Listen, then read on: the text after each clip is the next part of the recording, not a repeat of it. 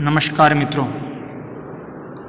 आज हम करियर चयन में विचारणीय भाव इस विषय में चर्चा करेंगे। ये आज का हमारा टॉपिक रहेगा, करियर चयन में विचारणीय भाव। तो हम इसके पहले कुछ कहें तो आपको हम बताना चाहते हैं कि जन्म पत्रिका से आजीविका का निर्णय की बात आती है तो हमारा ध्यान सीधा कर्म भाव अर्थात दशम भाव पर चला ही जाता है। मस्तिष्क दशम भाव तथा दशमेश की स्थिति को परखने लगता है। अंततः परिणाम यह निकलता है कि मस्तिष्क किसी भी निर्णय पर नहीं पहुंच पाता है, क्योंकि दशम भाव तथा दशमेश जिस कार्य क्षेत्र को बता रहे हैं उक्त व्यक्ति का कार्य क्षेत्र उससे भिन्न है। ऐसा अनुभव जीवन में अनेक जन्म पत्रिकाओं का अध्ययन करने पर मिलता है। वास्तव में करियर का विचार सिर्फ कर्म भाव से नहीं किया जा सकता। दशम भाव व्यक्ति के परिश्रम तथा कर्म को दर्शाता है। उस कर्म से मिलने वाले फल को तथा धनागम को द्वितीय अर्थात लाभ भाव दर्शाते हैं। द्वितीय और लाभ भाव, द्वितीय एकादश, लाभ एकादश को बोलते हैं। कर्म करने के लिए व्यक्ति में सामर्थ्य होना चाहिए। उसी सामर्थ्य से कोई भी जातक कर्म करता हुआ आजीविका प्राप्त करता है। अतः व्यक्ति के सामर्थ्य को लग्न भाव दर्शाता है। उपयुक्त तथ्यों को समझते हुए प्रसिद्ध ज्योतिर्विद जो कल्याण वर्मा है, उनकी एक ग्रंथ है सारावली। उस सारावली के 33वें अध्याय में उन्होंने कुछ श्लोक लिखे हैं, उनको आप पढ़ना अवश्य। जब वो धन और लाभ के विचार की पद्धति बताते हैं तो उन्होंने लिखा है, लग्न द्वितीय तथा लाभ भाव में स्थित ग्रहों से अथवा इन भावेशों से धन लाभ का विचार होता है। ऐसा सारावली में कहा है कल्याण वर्मा जी ने। ऐसे ही आप बृहद जातक को पढ़ो। बृहद जातक किसने लिखी है? वराहमिहिर ने। वराहमिहिर सूर्य की बहुत उपासना करते थे, उनके इष्ट सूर्य ही थे। इसलिए मैं यहाँ पर कहना चाहता हूँ ज्योतिष मित्रों से कि आप सूर्य की आराधना अवश्य करें। इससे बहुत आपको नॉलेज मिलेगी, आपको ज्योतिष में भविष्यवाणियाँ करने की सार्थकता प्राप्त उपलब्धि होगी, सार्थकता होगी आपकी भविष्यवाणियों में। क्योंकि आपने एक पुस्तक है पातंजलि योग सूत्र, जो महर्षि पतंजलि के द्वारा है, तो उन्होंने विभूति पाद में कहा है कि सूर्य पर अवधान देने से समस्त तारागणों का ज्ञान हो जाता है। विभूति पाद में बहुत से अद्भुत अलौकिक शक्तियों का वर्णन किया है महर्षि पतंजलि ने। महर्षि पतंजलि ने वहाँ पर जैसे कोई, तो मैं एक दो उदाहरण और बताऊंगी। रुई पर अवधान देने से उड़ने की क्षमता मनुष्य में आ जाती है। ऐसे ही इन्होंने सूर्य पर अवधान देने पर, सूर्य पर ध्यान मेडिटेशन करने पर, ध्यान एकत्रित करने पर सूर्य पर समस्त तारागणों की जो भी नॉलेज है, जो भी स्थितियां हैं, वह मनुष्य के मस्तिष्क में आने लग जाती है। उनका ज्ञान उस व्यक्ति को हो जाता है। तो मेरा कहना है कि आप भी सूर्य की आराधना अवश्य करें। तो आचार्य वराहमिहिर ने कहा है कि अगर इन भावों के अंदर शुभ ग्रह हो तो सफलतापूर्वक धन लाभ होता। कौन कौन से भाव मैंने आपको पहले ही बता दिए हैं? लग्न रहा, द्वितीय रहा, लाभ रहा। इन भाव में शुभ ग्रह हो तो सफलतापूर्वक धन लाभ होता है, तथा पाप ग्रह तो परिश्रम पूर्वक धन लाभ होता है। ऐसा वराहमिहिर ने कहा। गार्गी भी एक ऋषि हुए, उन्होंने गार्गी ने कहते हैं, इन भावों में ग्रह न हो तो राशि की शुभ और अशुभता एवं ग्रहों की दृष्टि से धन लाभ का विचार करना चाहिए। किस ग्रह की दृष्टि पड़ रही है, क्या राशि आ रही है, उसका राशि बलवान है या नहीं है, उस ग्रह का कारक बलवान है या नहीं है, शुभ ग्रहों से दृष्ट है या नहीं है, इनका विचार किया जाता है। उपयुक्त शास्त्रीय प्रमाणों से यह सिद्ध हो ही जाता है कि आजीविका विचार करने के लिए सिर्फ दशम भाव का ही विचार नहीं करना चाहिए।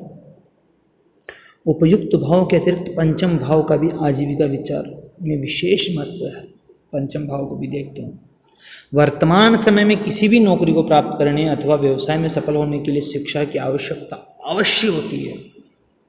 नौकरी अथवा व्यवसाय में यदि व्यक्ति उच्च शिक्षा ग्रहण कर लेता है तो उसे आजीविका निर्वहन में किसी भी प्रकार की समस्या नहीं होती है। इन सभी तथ्यों से यह सिद्ध जरूर हो जाता है कि आजीविका विचार के लिए दशम भाव के साथ ही लग्न, द्वितीय, पंचम तथा एकादश भाव भी विशेष विचारणीय है। प्रश्न तो अब यह उठता है कि इन सभी भावों से किस प्रकार कार्यक्षेत्र का विचार किया जाए। कार्यक्षेत्र का विचार करते समय सर्वप्रथम दशम भाव तथा दशमेश की स्थिति को भी देखना चाहिए। यदि कर्मेश अथवा कर्म भाव निर्बल हो तो व्यक्ति तो पहले कर्म ही नहीं कर पाएगा, परिश्रम नहीं कर पाएगा, तो यह भी जरूरी है। अब दशम भाव के पश्चात लग्न भाव पर कर्म क्षेत्र है तो विचारणी द्वितीय महत्वपूर्ण भाव है जो लग्न। यदि लग्न भाव से व्यक्ति के स्वास्थ्य एवं रुचि को देखा जाता है, इस भाव अथवा भावेश के निर्बल होने पर व्यक्ति को उत्तम स्वास्थ्य न होने के कारण कार्य क्षेत्र में सफलता नहीं मिलती है। अगर स्वास्थ्य ही सही नहीं तो कैसे कार्य कर पाएगा। अथवा कई बार अपनी रुचि के अनुसार करियर की प्राप्ति नहीं होती है, इसलिए लग्न भाव भी विचारणीय है। लग्न के पश्चात द्वितीय भाव को भी देखा जाता है। द्वितीय भाव किसका है? द्वितीय भाव है धन संपत्ति, स्थायी धन संपत्ति का विचार किया जाता है। साथ ही कुटुंबजनों के सहयोग को भी यहाँ से देखा जाता है। यदि द्वितीय भाव अथवा द्वितीय निर्बल हुआ तो व्यक्ति अच्छे कार्यक्षेत्र में होते हुए भी स्थायी धन संपत्ति नहीं बना पाता है। अच्छे कार्यक्षेत्र में वो अच्छा काम कर रहा हो पर स्थायी धन संपत्ति उसके पास नहीं होती, अथवा उसे अपने कुटुंबजनों से सहयोग भी नहीं मिलेगा, कार्यक्षेत्र में सफलता प्राप्त नहीं होती है। इसलिए द्वितीय भाव भी देखो। लग्न तो देखना ही है क्योंकि लग्न बहुत महत्वपूर्ण है। मैं पहले भी बता चुका हूँ, फिर बता रहा हूँ। लग्न से क्या क्या विचार करते हैं, जैसे कोई तो अपन ने कहा देहम रूपंच ज्ञानंच वर्णंच बलाबलम सुखम दुखम भयंच लग्न भावा निरीक्षित। लग्न बहुत सी चीज़ों में देखा जाता है, इसलिए लग्न को महत्वपूर्ण लग्न। द्वितीय भाव के पश्चात हमने देखा कि पंचम भाव विद्या, बुद्धि और आत्मविश्वास का विचार किया जाता है। इन तीनों के बिना कोई भी व्यक्ति श्रेष्ठ आजीविका प्राप्त नहीं कर सकता। पंचम भाव अथवा पंचमेश निर्बल हो तो व्यक्ति अथाह परिश्रम करने के पश्चात भी अपने करियर में आत्मविश्वास की कमी अथवा विद्या अल्प रहने के कारण सफलता प्राप्त नहीं कर पाता है। पंचम भाव के पश्चात लाभ भाव भी विचारणीय है। लाभ भाव का करियर विचार में विशेष रूप से महत्व है। लाभ भाव का इसकी महत्ता इसलिए भी बढ़ जाती है क्योंकि यह कर्म भाव की समग्र उपलब्धि को दर्शाता है कि कर्म भाव से द्वितीय भाव है उसकी वृद्धि करता है। लाभ भाव से आय के स्रोतों का ज्ञान होता है।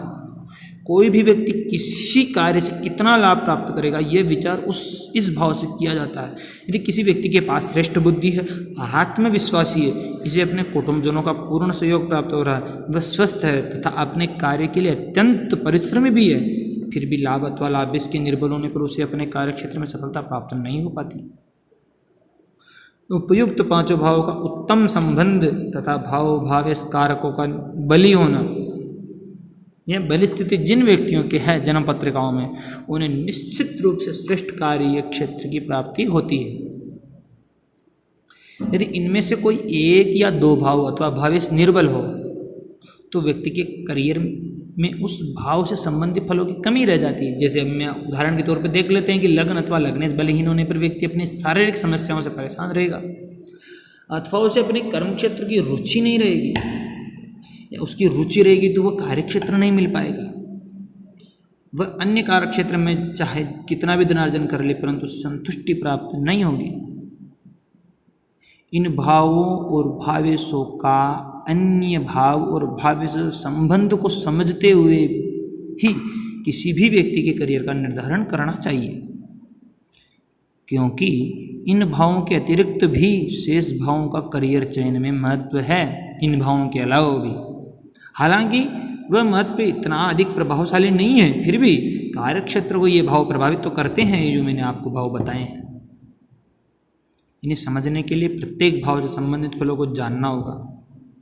कार्यक्षेत्र के उपयुक्त प्रमुख भाव यदि किसी एक ही भाव में आकर संबंध बना ले अथवा इनमें से कोई 3 या 4 भाव किसी एक निश्चित भाव से संबंध बना ले तो जातक का कार्यक्षेत्र उसी से संबंधित हो जाता है। तो धन्यवाद मित्रों, मैं आपका ज़्यादा समय नहीं लूँगा। क्योंकि 10 मिनट का वीडियो बन चुका है। तो अभी तक आप मित्रों ने चैनल को सब्सक्राइब नहीं किया तो प्लीज़ सब्सक्राइब कर लीजिए। धन्यवाद।